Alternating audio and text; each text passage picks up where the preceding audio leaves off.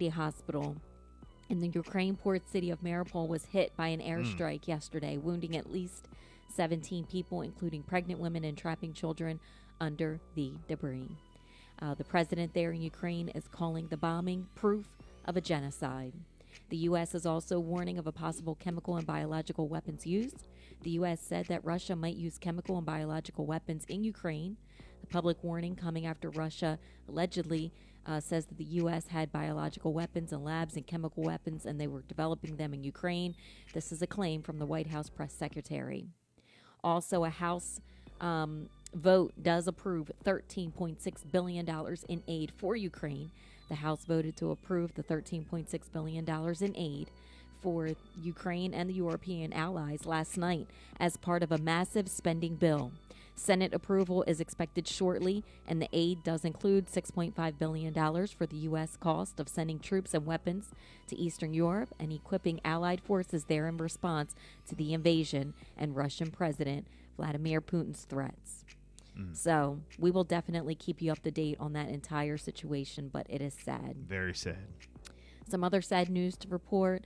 There was a surgery that was performed at the University of Maryland, the medical center there, and a 57-year-old man was the first one to receive a heart transplant from a pig.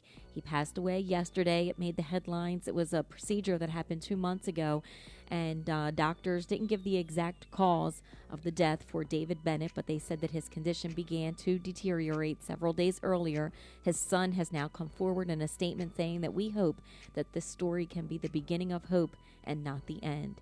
Now, Mr. Bennett had heart failure and an irregular heartbeat.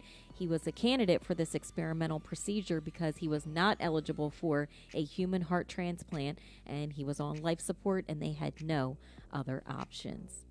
In Delaware, here locally, the Delaware Senate passed a law to make paid family and medical leave a reality for thousands of working Delawareans. The Healthy Delaware Families Act would provide eligible full-time workers in Delaware up to 12 weeks of paid parental leave per year and up to 6 weeks of paid family caregiving leave, paid medical leave, or paid military leave every 2 years. So the Healthy Delaware Families Act now heads to the Delaware House of Representatives for final consideration.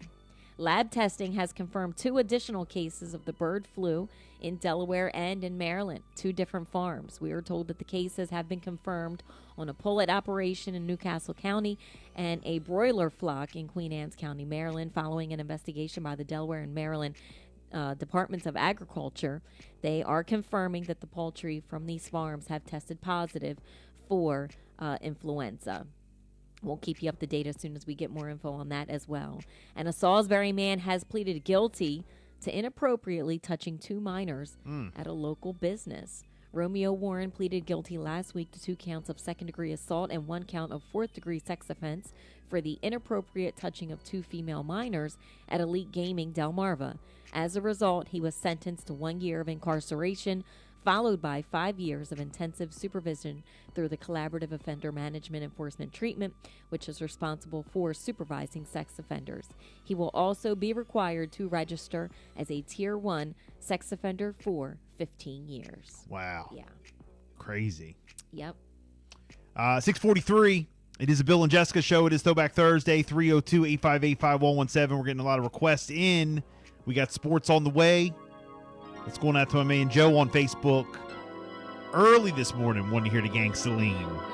DRS. Good morning.